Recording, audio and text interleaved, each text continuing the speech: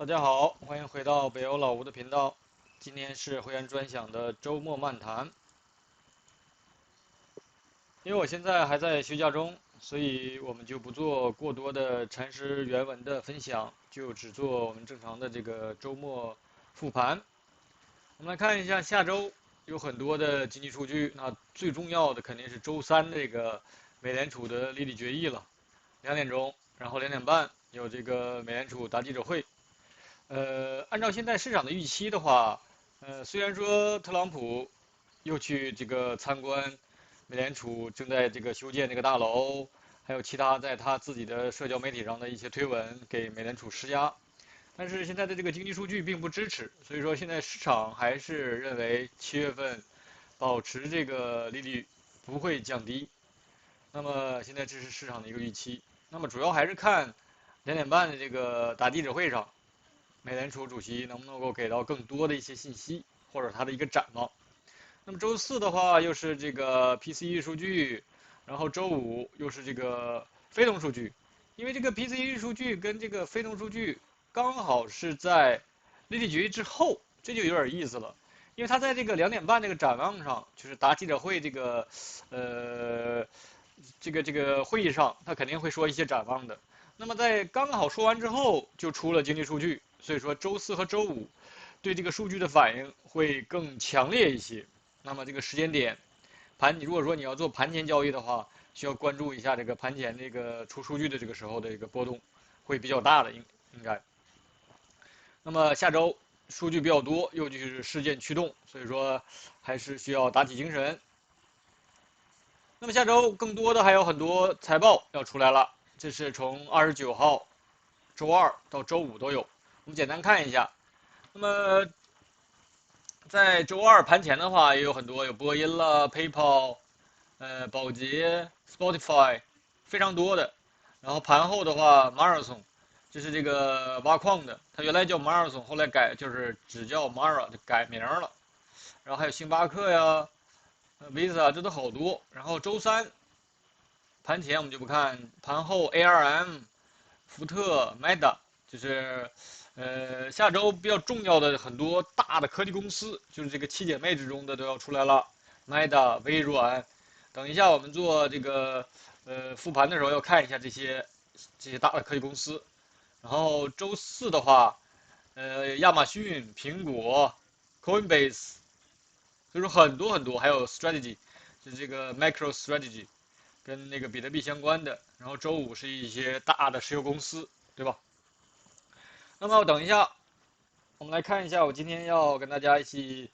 分析的这些品种。先看一下标普，然后还有一个会员朋友们提问，他要分析一下这个 OKLO。我之前也提过，大家也可以在我的这个视频下方留言，你想分析哪些你关心的这个股票，我们尽量能够满足大家，就是跟你们关注度更高的，对吧？如果说没有你们的提问的话，我就分析一下，比如说有出财报的，或者说现在市场的活跃度比较高的，比如说稳定币这些，对吧？所以说有想分析到你们更关注的，就在这个视频下方留言就好了。那我们来看一下标普。那么本月的话，我们看一下它的这个月 K，本月还有4天，下周还有4天，这个7月份就过去了，就要到8月份了。那么这个月 K 线现在走的还是非常非常强的，标普本月已经涨了2.96%啊，2.96%，非常强悍。那么任何出现这个顶分型的影子还没有出现。那么想要出现顶分型，它必须要什么呢？必须要这个有这个，比如说你出现一个十字星的，对吧？你出现一个十字星的 K 线，或者说出现一个上影线非常长的 K 线，这些都没有。你必须要想要出现顶分型，那么没有任何的迹象。所以说，在没有出现任何的，比如说给一个十字星，或者说这个上影线非常长，然后出现一个 K 线实体，对吧？这种都没有出现，所以说还是非常非常强。那么想要出现顶分型，还要再等1个月。比如说8月份先收一个包含关系的，然后再来一个月，9月份的时候出现一个顶分型也可以。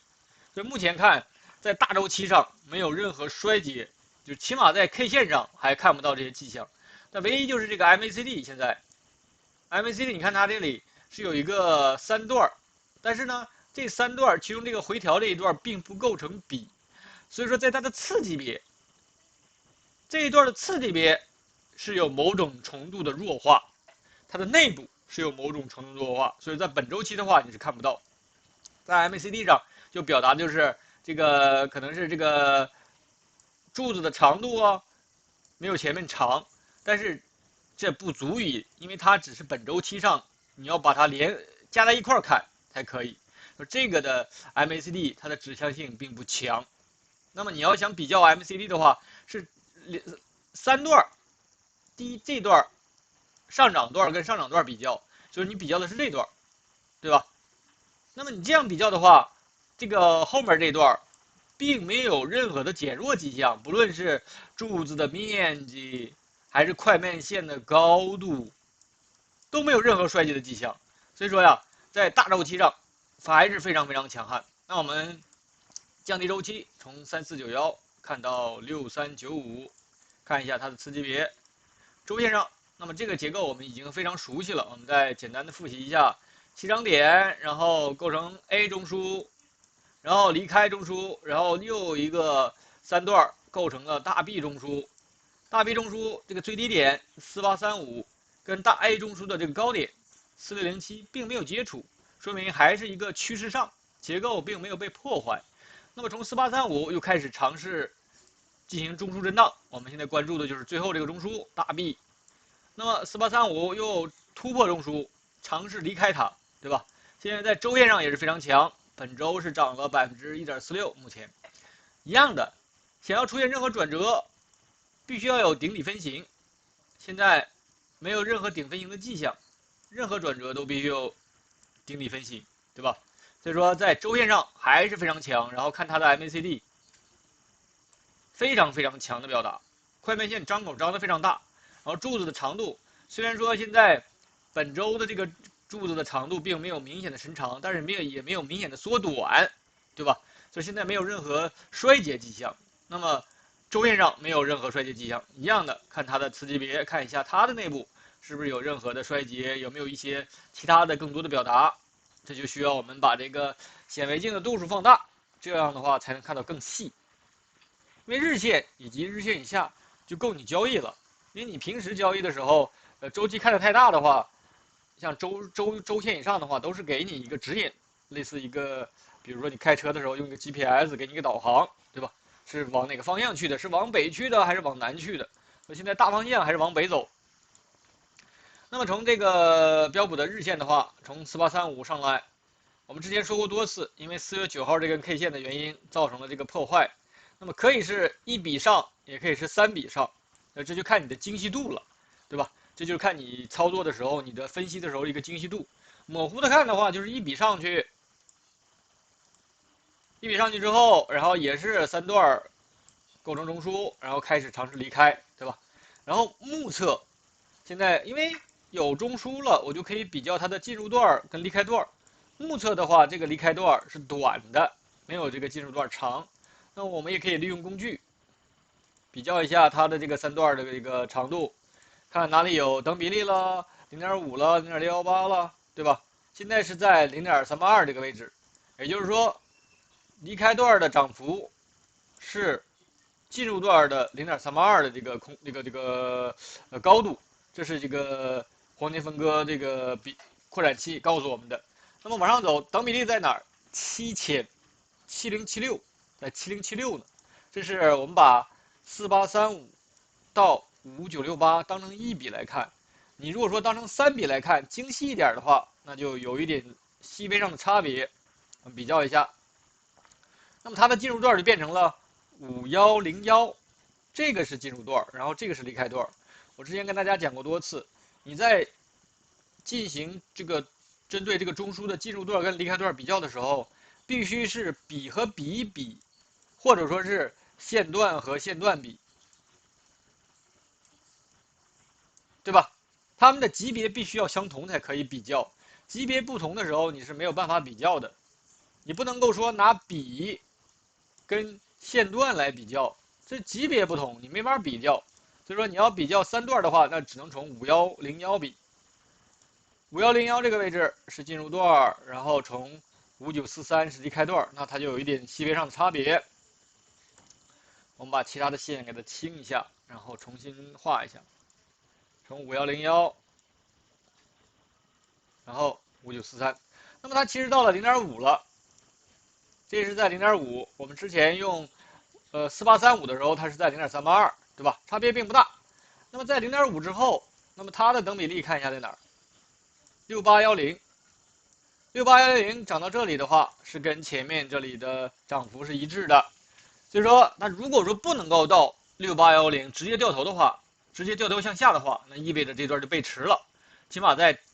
日线这个周期，它的空间上是背驰了，那么它掉头是理所当然的，对吧？力度弱了嘛，因为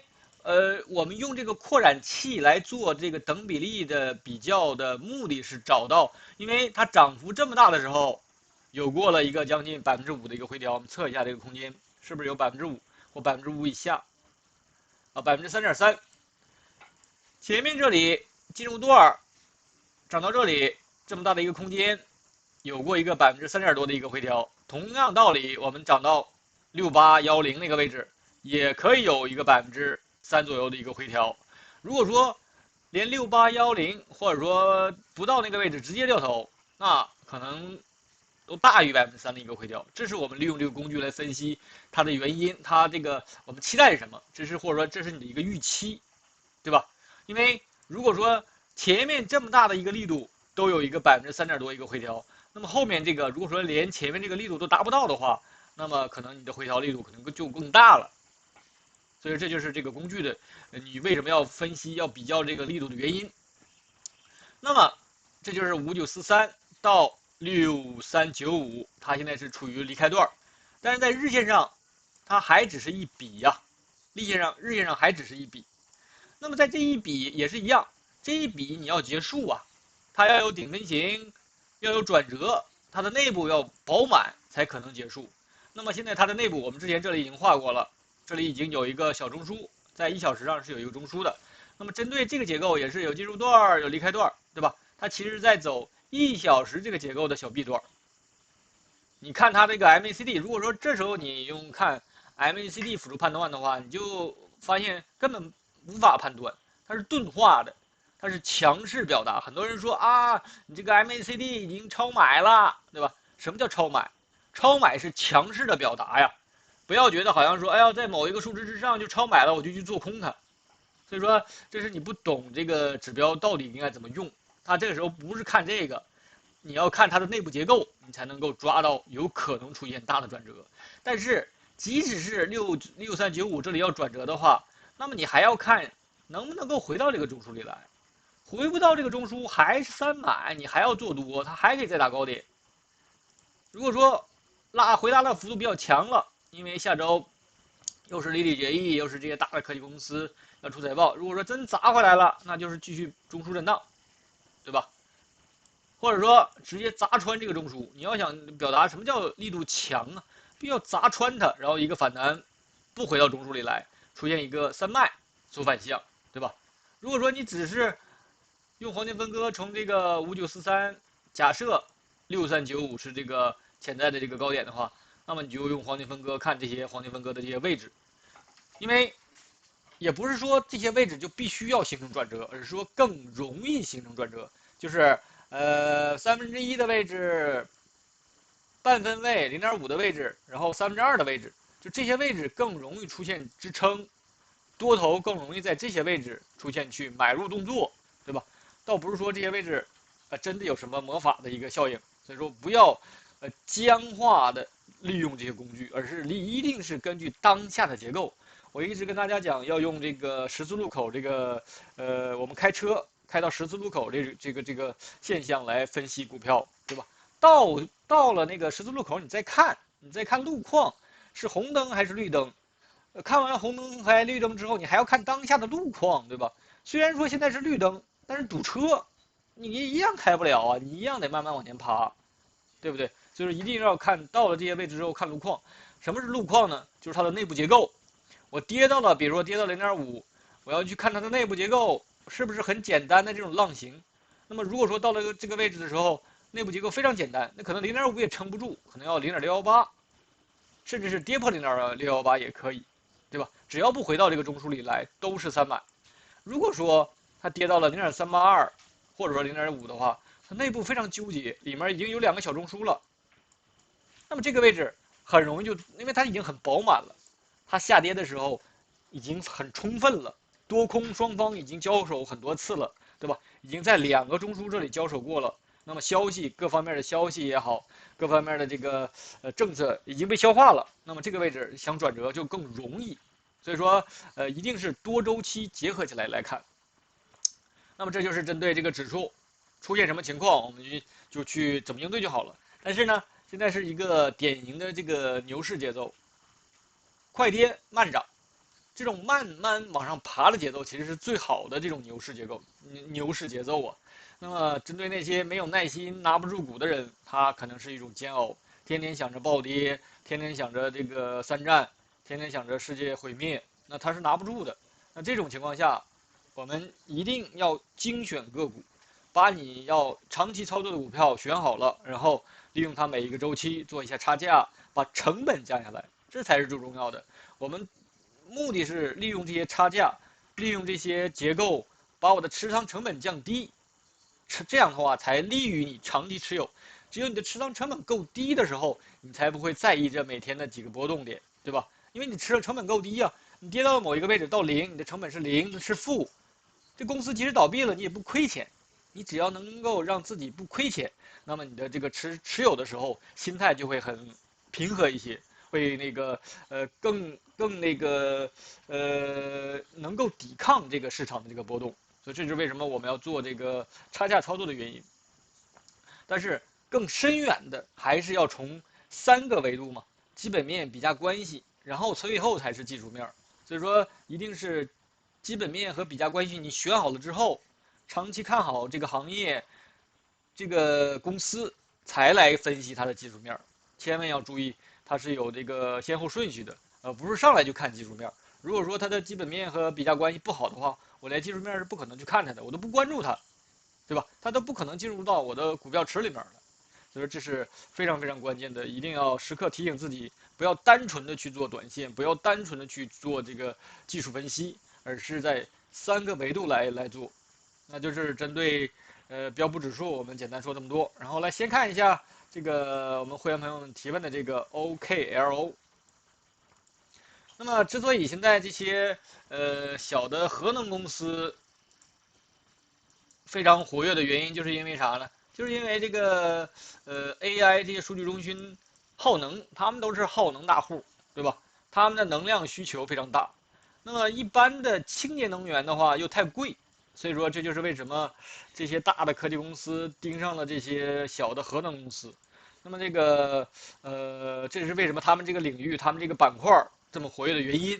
这个板块除了这个 OKLO 以外，还有一个 SMR。也是比较活跃的，都是跟这个都是相关的。那么他们背后有一些公司是跟哪家公司，比如说你是跟 Meta 签了的那个协议也好，还是跟谷歌签了，那个具体大家可以查一下，应该都有。但是呢，他们这种核能公司一般都是签5到10年的这种合同，对吧？你要签短合同的话，他们是没有办法去履行这个的，所以一般都是拿的是5年或者10年更长的，一般都能拿到5年的一个合同。如果说一旦一个公司选择一个小的核能公司的话，所以对他们的长远发展是有好处的。一旦能跟这些大的科技公司签署这种相对比较长一点的合同，那么有利于我们来操作它，对吧？毕竟它是每年都有收入的，不是说这个合同只有1年时间，或者说很短期的。那么针对这个 OKLO 基本面现在是没有什么大问题，而且现在特朗普也要大力发展 AI。大力发展这个芯片这些东西，那么不可避免的就要牵扯到这个能源了。那么基本面、比价关系，那这个板块现在龙头还不知道哪个是龙头，就是说都在发展，就相对于这个其他的有领头羊，比如说芯片是英伟达，对吧？那么这个板块还没有非常明显的领头羊，可能这个也可以，它的这个发展也不错，然后那个 SMR 也可以，现在可能还有其他小的一些，也有可能没有上市的。但是我们主要看一下它这个图形上，现在是周线上非常牛的一个图形吧。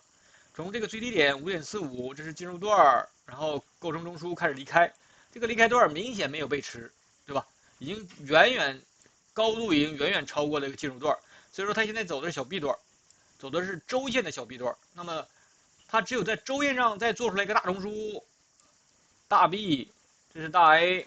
然后可能再打一个高点，给一个 C 段的时候，才有可能结束整个的这一波上涨。所以这一波上涨还远没有结束呢。也就是说，现在这个小 B 段，我们都没有办法判断它结束，它完全可以继续往上成长，然后在很远的地方形成一个大 B，对吧？所以现在就是走这个离开段。那么我们要分析一下它的次级别，因为在周线上它走的还是非常非常强。这里有过回落，但是不构成这个按缠论的话，不构成回落一笔，说明它的次级别是有一笔回落的。我们看一下，那就是我高亮的这些，看一下日线上有没有更多的结构，我们就要看一下它的日线上结构是不是很饱满。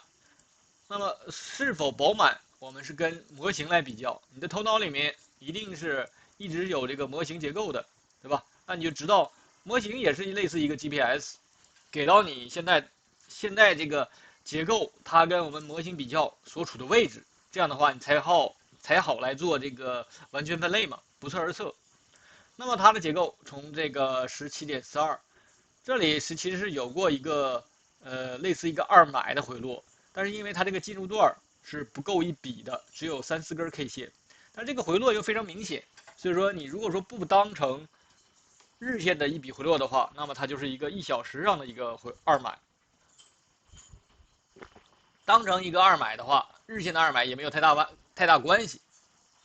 还是那句话，就是你的精细度，你的分析的时候精细度，你是稍微粗糙一点的，还是稍微精细一点的都可以。其实在，结构已经走出来之后，我们其实你只要不违背缠论的这个分析的原则，就是变换不变性。我说过很多次，什么是变换不变性呢？就是你在利用这个结构做分析的时候，这是3段还是1段？你不能改变它的买卖性质，就是说这个位置的这个买点二买，还是说你这种一笔的话，它的次级别也是一个二买，你不论是一笔还是3笔，都不能够改变这个点位的这个买卖的性质，对吧？它一定是买点而不是卖点。这就是说什么是变换不变性的分析的一个原则。所以你不论你怎么分析，你都不能够说啊，我这么画它是买点，我当成一笔的时候它是卖点，那说明你的分析就错误了。所以说这一定是基于这个原则之下，你就可以任意来拆分。你是把它拆分成1、2、3、4、5作为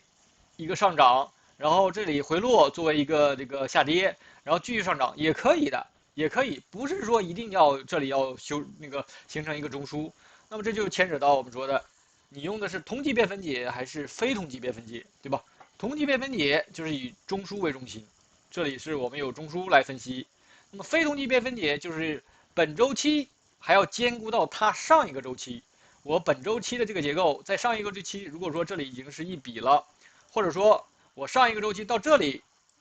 把这个高点画出来到73.55，如果说在现在周期是日线，如果说在周线上从17.42到73.55已经是一笔的话，那么我就要从这里断开，然后从73.55到50.08又是一笔在周线上，那么这里就是周线上就是3笔了，相当于3笔的一个连接，而不是说我这里只有一个中枢，或者这里是进入段，这里是离开段。你在分析的时候是有差别的。但是呢，之所以非同级别分解和同级别分解有这样区别的原因，就是你的角度不同，对吧？因为同级别分解我只看本周期的，我不管你其他周期的，我只看我本周期的事儿。那么非同级别分解你要兼顾上一个周期，就是它更全面一点。用非同级别分解的时候更简单一点，因为它分段嘛，它就是一段一段做啊。我这个大周期一段吃完了，然后再看它下一段，这样的话其实相对更简单。但这两个方法都要用，都要会，它没有哪个更重要，两个都重要。你用同级别分解的时候，你就不会不执着于或者说不执念于我只能涨，因为在用两个方法结合起来，你就会发现这个位置我既要观察它是不是要继续向上生长，也要观察这个生长是不是结束了，可以掉头了。所以说一定是考虑的更全面一点。那么回到这个图形上，现在是日线上，它这里是有一个中枢，现在开始尝试离开，对吧？而且还突破了前面的这个73.55，所以它现在已经是历史最高点了，77.17。那么开始离开这个中枢，一样的，前面的介入段如果说一比的话非常长，目测我们也知道这个离开段是短的，但是一样，前提是离开段要结束。那么把这个扩展器测一下它的这个空间，现在它已经到了0.618了，这个涨幅是前面的0.018倍。那么等比例在90.23，它如果说能不能够冲到90，对吧？这就是潜在的一个压力位置。那么一样，它的内部现在日线上，周五和周四是出现了包环关系。包含关系两根 K 线，一般这个传统理论管这种 K 线叫晕线，我也说过多次，就是要么是前包含，要么是后包含，都可以，这种叫晕线。晕线的话，但现在这种情况相对是比较强一点的。那么一般如果说晕线出现这种情况的话，容易出现这个转折。晕线一般容易出现在这个顶部或者底部。这是这个传统理论是喜欢这样分析，但是跟我们缠论无所谓，我们就是这是包含关系，包含关系处理之后，我再看下一根 K 线。如果说下周或者周一跌破了这个周五的这个低点，那顶分型就出现了，对吧？所以说我就利用那个结构，利用我们的这个缠论顶底分型的定义就好了。有没有顶底分型是一眼的事儿，缠论不是一个模糊交易，这就是缠论好的地方。它是一个非常有明确定义的，顶底分型是什么，中枢是什么，趋势是什么，它都有明确的这个定义。你只要学会了定义，任何人都可以用这个方法。那么从这个50.08到77.7，我们看一下它的内部，它的内部现在明显是有一个，你看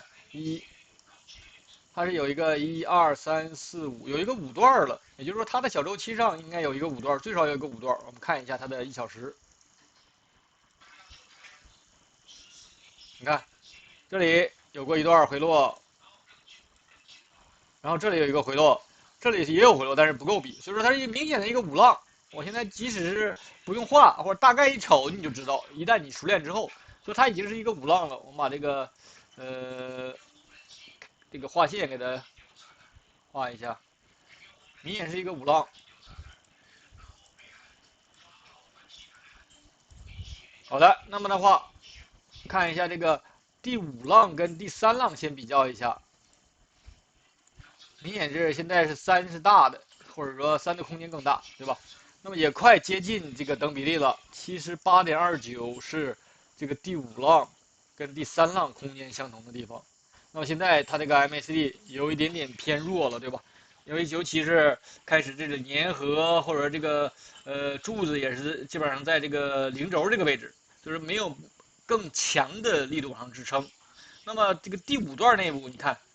1、2、3、4、5，也是一个小五浪，所以说呀，现在明显是第五浪或第五段这里，你要相对的要注意一点了。如果说它真冲到78，比如说周一，即使给你来一个高开的话，你一定要小心，它完全是一个高开低走的一个状态。如果说利用这个等比例这个位置，就是说在1小时上已经是第五段了，那么你高位的时候可以相对的减一减仓位，对吧？减一减之后看它再下来。是不是能够给一个第6笔回调，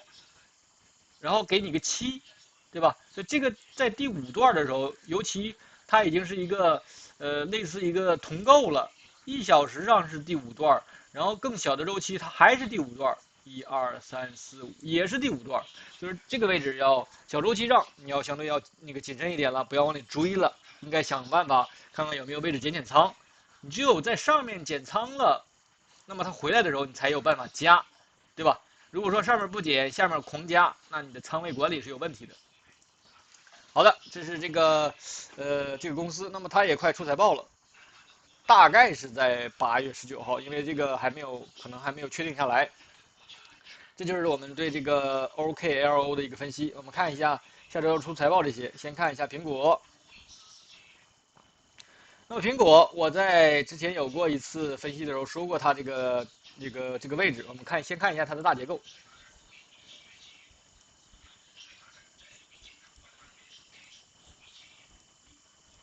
我们看一下它这个月线这个大结构。月上，苹果的这里是有一个月的中枢的。那么从260跌回到169，这个是满足一笔的，是回到这个中枢了。那么现在看它能不能再弹出去，弹出去，如果说能够再次突破260的话，那就是走离开了，针对这个中枢就走离开段，对吧？那就是进入段，离开段。如果说弹起来了，也满足一笔了，但是不能够突破260，你就要注意了。如果说这里要出现一个月线的大二卖的话，它可以是再次跌破169，甚至是一个快速下杀，直接不背驰，那么直接就从260就变了。前面这里是一个上涨，然后从260是一个下跌，对吧？这就是两个走势类型的连接了。如果说，这里反弹，然后也跌破了169，但是呢没有力度，那就或者其实还在围绕这个中枢震荡，就是继续月线大周期这个中枢震荡的一个分析也可以，对吧？或者说，上去了，没回来，那就是这个月线大三买，然后可以再打高点，或者说月线上去了回来三买，然后呢上涨也没有力度，可以在这里再做中枢，这里做一个中枢，这里有一个中枢，高低点一接触，那这个又是一个升级之后大中枢，可以看到它之后是不是往上选，还是说往下选也可以，对吧？就怎么变化都可以，但是呢，你要知道它变化的这个可能性。其实缠论它这个完全分类之所以可以用完全分类来分析的原因，或者叫不测而测，不是说不能够预测，而是说我们只是把它可能变化的这些情形都分析出来，然后出现哪一种情形，我们就按照哪一种情形可能的变化来应对它。我们不是去预测它，我们是去应对它。这是非常，核心的一个对缠论来讲，或者说你是以缠论作为你的交易理论的这个人来讲，这是一个非常核心的一种思考方法。你不是去预测走势，你只是跟踪走势，你只是应对走势，这是非常非常关键的。我强调再多次的强调也不为过。这种思想就是很多人愿意预测、喜欢预测的原因，就是因为它简单，它可以不思考，它可以胡诌，对吧？那是而且是一个非常不好的习惯。那你去跟大家聊天，去这个吹牛，可能是可以这样，但是你要真正拿它来交易，是一个非常坏的一个习惯。那么现在在月线上，它还在生长中，对吧？你可以继续在这里生长出月线上一笔，但是现在月线上只是有一个底分型，月线上只是有一个底分型，它也可以把这个底分型打掉，再向下延续，对吧？可以到这个164下面，在这个中枢下面也可以的，也可以，对吧？那么还是围绕月线大中枢震荡，所以说在月线上，它现在还并没有明显的出现一个方向性的一个选择，它相对在这个位置其实是一个中阴段，这里其实是一个中阴段，它没有一个方向的选择。我们再看一下次级别，那么次级别上，你要看它继续往上生长，也就是说这些能够生长出来月线的一笔；二也要看它再次跌破169。那么跌破169，其实就是前面的2260下跌没结束，因为你这个现在虽然说上涨到这个216.23，但是还没有碰到前面这个低点，你还没有碰到219.38呢，其实就是一个1、2、3、4，是一个四浪反弹，还可以有5呢，对吧？如果说因为财报的一个刺激，那么5看它能不能够跌破前面的169.21，不跌破就是2买，跌破的话就看第5浪，1、2、3、4、5的力度。如果是5的力度非常强，那还可以出现6和7。所以每一步都不是你预测出来的，而是你去跟踪出来的，而是根据当下的这个结构，它当下的力度来这个具体分析的。所以说现在啊，这个上涨可以是后面那些变化，但也可以往上走啊，那就看这个财报了嘛。我们把这一段或这一片给它高亮一下，看一下它的次级别。这是我前一阵儿跟大家分析过一次，我说从169.21到这个最高点216这个位置啊，结构已经很饱满了，进入段有中枢，然后有一个高点，这个完全是可以结束周线的一笔上涨了。看它就小心它能不能够快速下杀，去要么是再次跌破前面这个低点169.21，要么是跌一个给你一个周线一个二买，对吧？我就是防止它这种情况。但是它也出现回调了，看到没有？在这个当下这个位置的时候，也出现回调了，但是回调的很浅。这里直接回调的很浅之后，继续往上走，但是还是没有突破216.23这个高点。这里是215.78，对吧？还是这个216.23，因为它这个周四盘后要出财报。那么如果说往上走，我们看一眼，一般苹果的财报的话，5%左右的一个波动吧，是比较正常的。那么从这个现在的价格，周五的价格到这个200天是一个3.83%。那么这个价格是在222，已经是碰到了前面这个219这个位置了，对吧？如果说冲到这个200天的话，就是说3.83%就是4%上下。如果说回来的话，看它这个能不能够回到这个中枢的中轨4.85%、5%左右的一个空间，对吧？所以说它这个空间并不大。那么如果说真的是往回来的话，你要注意看它这里是不是继续在这个中枢震。那这个位置出现的时候，还是去买它，只要不快速杀掉169.29，都可以去买。它如果说真是出现那种大幅的下杀，我们看一下，如果说真的杀到169.21的话，以周五这个收盘价20%啊，这个在苹果身上，应该不会出现，或者说很难出现，对吧？即使一个10%的那个振幅的话，直到这个中枢下面，如果说真到这个位置的话，你一定是去做多的，而一定是去买的，而不是去割肉的。所以说，这个苹果的这个空间并不大。那么你要想赌它的这个盘后的波动的话，那就两个方向都可以做，不要去赌单边。但是整体来讲，它的波动不大，你可能肉也没有很多。好的，这是针对这个苹果，我们继续往下看亚马逊，这是我们之前分析的。一般这种亚马逊这些可能大家都是平时做的比较少，毕竟它的这个波动并没有相对的像其他的这个股票波动那么大，所以大家做的比较少。我们一般都是在财报的时候看一下。那么它的最高点242.52，对吧？从这个81.43，现在看的周期是月线上，这是月线的一笔，这里是有过2段回调，但是都不构成那个结构。那么一样看一下它的次级别，周线上81.43，这是1、2、3、4、5，一个5浪构成进入段，然后2次回落构成中枢，然后开始离开，这个还没有打高点，但是它已经突破了0.618了，对吧？走得非常强，那么已经这种情形基本上微转或者说再次突破242.52的概率是更大的。就是说，一旦突破0.618，又是这么强势的状态，就是它再次突破前高，这个概率是非常大。这只是经验，这只是经验，没有1对1的这种对应性那么强，对吧？没有100%的这个，但是经验上来讲，它再次突破242.52是大概率的。我们看一下空间，5%。一般亚马逊的话也是，好一点的话，可能能冲到10%，盘后10%上下。5%是一个波动也是非常非常正常的。所以说它如果说往上走，如果说你发现突破了242.52，力度非常强的时候，那你就多拿一拿，因为它可以走这个大中枢的离开段，对吧？如果说只是一个5%的一个，只是突破它，但是力度不够强，那你就可以卖一卖，因为它可以完全是可以什么呢？完全是突破了它，然后回来针对这个大中枢做一个3买之后，再往上走也可以的。所以说这就是盘后的，因为盘后的情况财报嘛，这个幅度是很难去把握的。但是你可以利用这个前高，或者说利用这个黄金分割扩展器，这个看一下，刚好等比例在244.23，看到没有？前面的最后这一笔，为什么从这里？我刚才已经讲过了，一定是笔和笔比较，然后线段和线段比较。就是现在这个离开段只有笔，所以你只能比较最后一笔。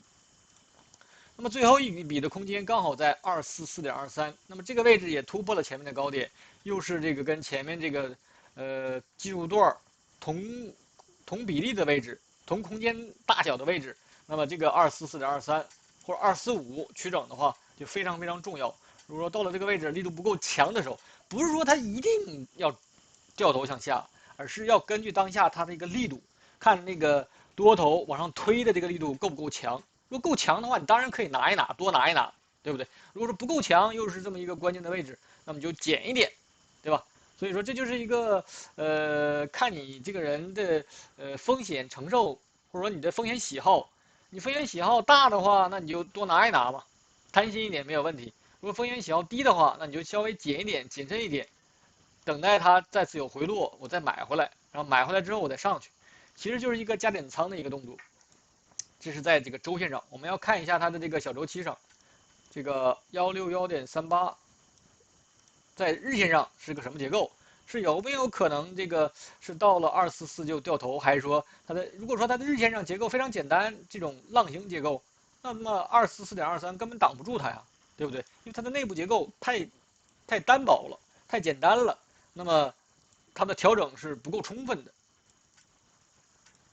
这里有过一次回落上去，再次回落做中枢上去，对吧？这个结构跟那个标普基本上就是差不多的，都是复制粘贴的。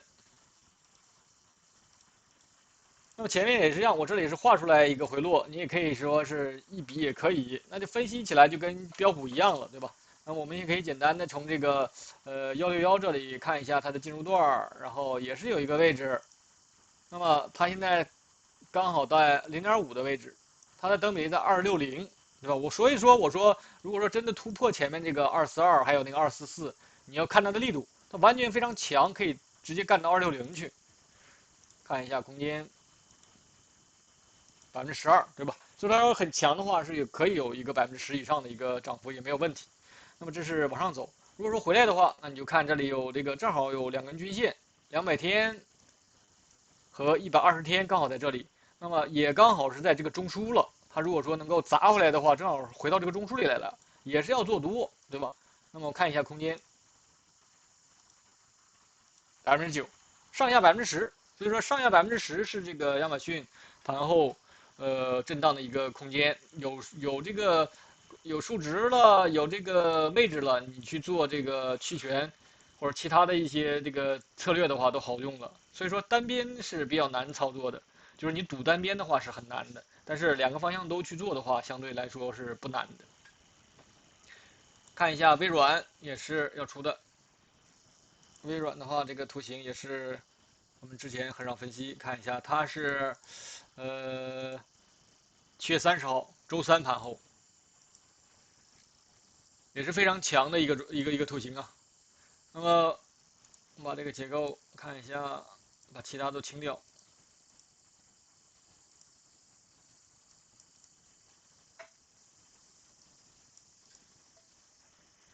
我们之前是说过，这里它是有一个包含关系，看你的严格度，对吧？这里其实可以，现在因为已经出现了很多新的 K 线了，我们可以把它去掉，不当成一笔，就直接一笔到这里。这样的话可以让它简化一点，你分析起来没有那么的复杂，因为并不影响你的最终分析。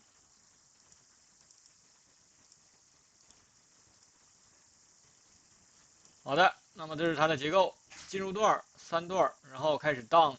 做中震荡，然后开始离开。这离开也是一个，明显是一个缓涨的一个结构啊。它这个 K 线并不大，你发现每一周的 K 线，小 K 线并不大，但是呢慢慢往上爬，这种是最好的牛市节奏，慢慢往上走。那么现在这个离开段也可以比较一下它的3段，先比较这个比和比，哎，刚好是突破了一个等比例的位置，在这是503，503这个位置是这个离开段跟进入段空间相同的位置，现在已经突破了503，现在最高点在518.29，这是这个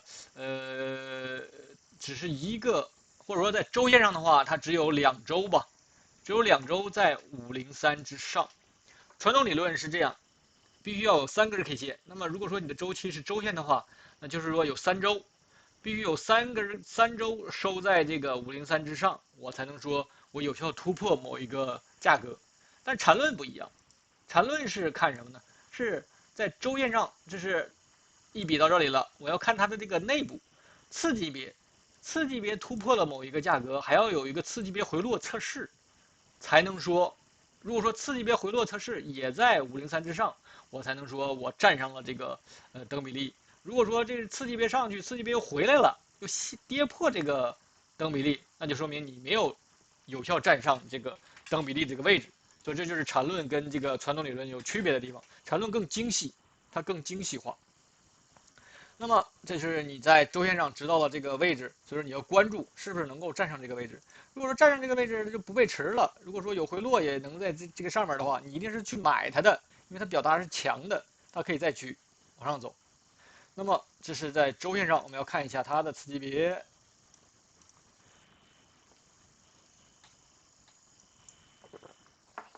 看一下它的次级别结构，走的这个非常的怎么说呢？非常的那个让多头来讲是非常的闹心的，它没有大的回调，这里有过一些回调都非常小，都是小碎步，小碎步慢慢往上走。所以说呀，这种对这个做多的人来讲，或者说你一直持有它的人来讲，是最好的一种上涨。跌不多，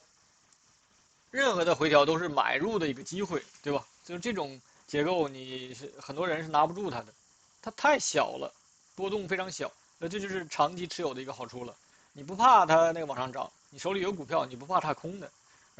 或者也不是去天天去想着去暴跌去。那么，它的这个5月9号这根 K 线是跟其他不一样的。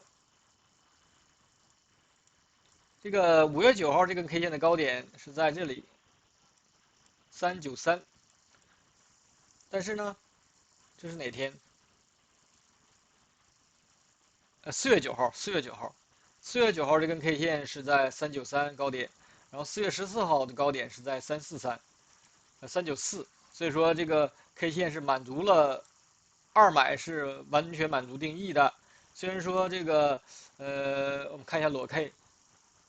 虽然说这2根 K 线是有包含关系，但是不影响我这里把它画成二买，因为它这个回撤是非常非常明显的一个二买，对吧？因为你如果说你能够在这个位置买入二买买入的话，那么后面这个全部都是在走3，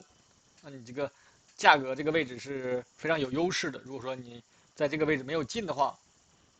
你一直在等二买的话，如果说这个位置你没进，那二买没有二买啊，它所有的回撤都不够一笔，所以你可能是一直是没有一个好的一个进场的一个位置。所以说这个位置如果说你能够识别出来它的话，是应该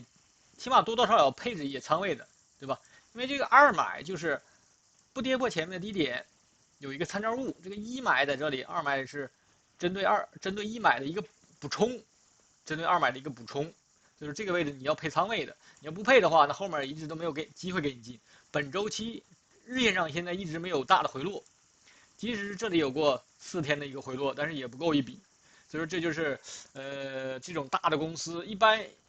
这种优质的大白马科技公司有回落，大家都冲进去往里买了，对吧？就是没有人去这个去做空它，或者你去做空它也是非常难的。那么它如果说真是回来的话，那你就利用这个黄金分割0.382，那这个空间就比较大了。一般微软的这个振幅并不大，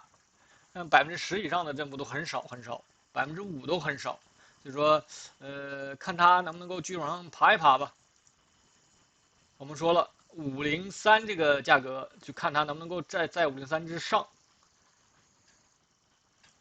这是针对这个微软，反正任何的回撤都是去做多它的一个机会。然后看一下 Meta 的价格应该也出了高点了吧？747也出现了最高点，我们把这个修正一下，747.9是这个最高点。那么现在月线上是出现了包含关系了，对吧？那么这是在月线上，我们要看一下它的次级别。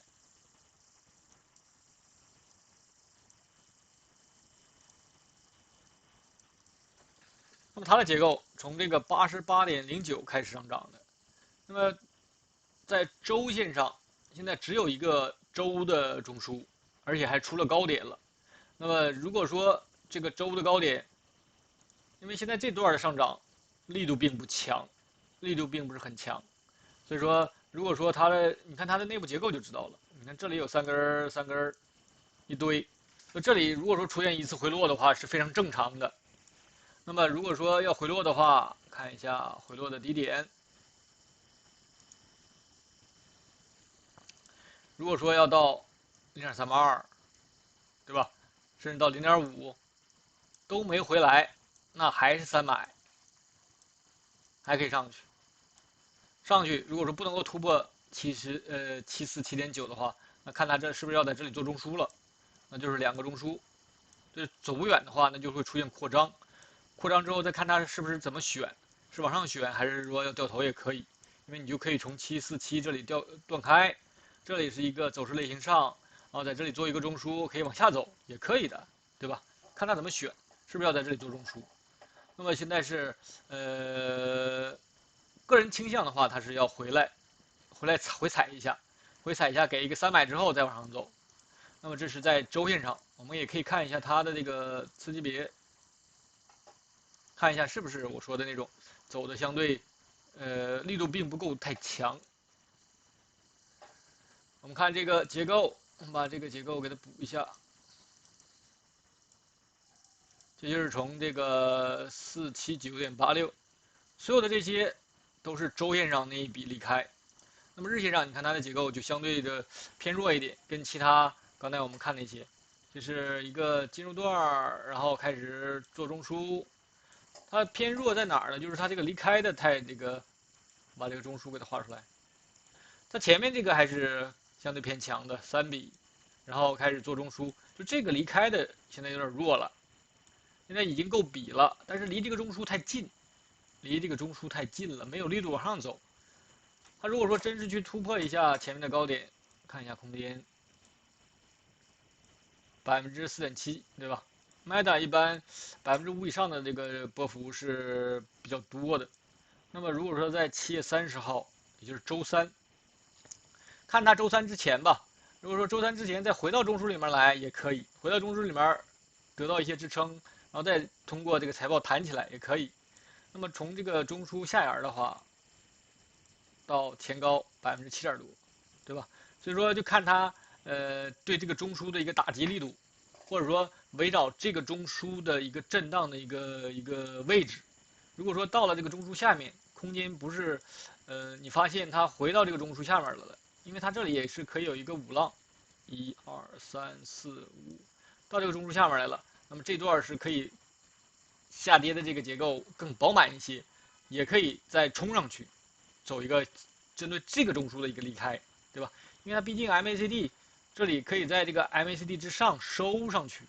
来一个空中加油，因为这个财报的刺激也可以的。所以说，针对它，如果说真的回来的话，是一定要进场做多的。就是说，如果说真是给到你，但如果说在周三之前它就横在这里，那就可以选了。它可以往上走，再次突破747，也可以往下走。那往下走其实就是让这个结构更饱满，那你就不要着急进，它有可能调的时间比较长一点，甚至到这个120天也可以，对吧？所以就看它在财报之前，针对这个中枢所处的位置，还有就是利用这个 MACD 观察它是不是能够在中枢财报之前收这个，起码这2个 K 线收的粘合起来，然后有拐头向上的迹象。所以这是针对这个Meta。如果说要真到那个120天的话，9%了，空间是相对还是比较大的。就是说，围绕最后一个中枢看它怎么选。这是针对这个 Meta。我们最后再利用几分钟时间说一下这个 ARM，因为它现在刚好是处在一个比较有意思的位置。这个其实图形上我们已经说过几次了，因为这个它有一个问题是啥呢？就是，软银对它的持股占有量太大了，因为软银占有的持有量造成了这个股票，因为它也不卖呀，对吧？它就是拿在手里，我不知道它会不会把它那个持有的那些股份借出去，让其他人去做空它，因为这样的话它可以收一些利息。那么但是呢，它变相的让这个 ARM 这个股票的盘子变小了。也就是说，市场中流通的股票少，那么造成了它这个盘子小，那它的波动相应的就大一些，对吧？那么不论怎样，它的周线上结构是非常清晰的，这个进入段构成中枢的这阵，现在刚好是到了这个中枢上沿了，刚好到了中枢上沿。那么看这里能不能够真的是再次打上去，突破前面的这个高点，走离开。如果说这样走的话，看一下空间15%。这个还是比较大的。如果说回来的话，因为它在中枢上沿了嘛，到这个中轨的话20%，对吧？就是大概这么一个空间的一个比较合理或者比较是正常的一个震荡，15%到20%的一个震荡。那我们再看一下它的内部这段，看一下它的结构能不能够冲上去，因为毕竟它这个 MACD 表达的还是比较强的。这 MACD 张口张的可以，是从底下冲上来的。如果说真能够冲起来的话，那就有走离开的话，那这个空间就打开了，上面的空间就打开了。那下面做了一个大的中枢，那这个股票后面的空间是非常大的，对吧？毕竟大家都知道，这个它是跟芯片这些，因为它是做设计的，卖它的这些patent，卖它的这些 copyright，就是这些设计。所以说这是非常重要的一个说真的能够把上面空间打开的话，看一下它的次级别，从80这里是这个所有的这些在周线上就是周线上的一笔，那么它的结构也非常简单，1、2、3、4、5、6、7，再走周线的日线的第7笔或第7浪也可以，但是呢现在还没有突破前面这个168。这个位置啊，其实说虽然说它是处在了这个第7笔，刚好是在这个前面这个小高点的这个附近，但是没有说它一定要下来，它可以是一个非常强势往上走，7不背驰也可以，也就是说7跟5比较不背驰，它完全可以走得非常高，然后可能内部出现了几个小中枢之后有背驰了，内部饱满了，可以有一个第8浪的一个回撤，然后给你一个9也可以的，所以说呀。到了这个位置的时候，不能够想当然的说啊，它这里走的弱，然后一定要下来，不要想当然的想它一定要回调。这是，其实我之前有的时候会经常犯这种错误，觉得这里已经弱了，然后又到了这个位置，我就个人倾向或者说更多的可能愿意去，卖掉或者减仓。其实，事后看的话，很多时候都判断是错的，它往往是正好走一个非常强势的一个表达，这里是不背驰的往上走。而且它现在的 MACD 也是在0轴以上，对吧？0轴多空分水岭，0轴以上是多头表达强势的，它完全可以继续往上走。所以说，还是看你的个人喜好、个人风险喜好，是你更这个风险喜好更偏，或者说你的这个仓位还跟你的仓位也有关系。如果说仓位很重又去赌的话，那就没必要了。那么这个位置相对的就是你可以减一点也没有问题，减一点如果上去了，我手里还有仓位，我可以继续持有，对吧？我不怕你我没有踏空，你涨我不怕你，但是回来的话，我就可以再买回来一点。这样的话可能更灵活一点，而不是说抱着一个赌博的一个心态，那样的话你就很容易出错。好的，那么的话，针对这个 ARM，我们就简单说这么多。我们今天的分析就到这里了，再见。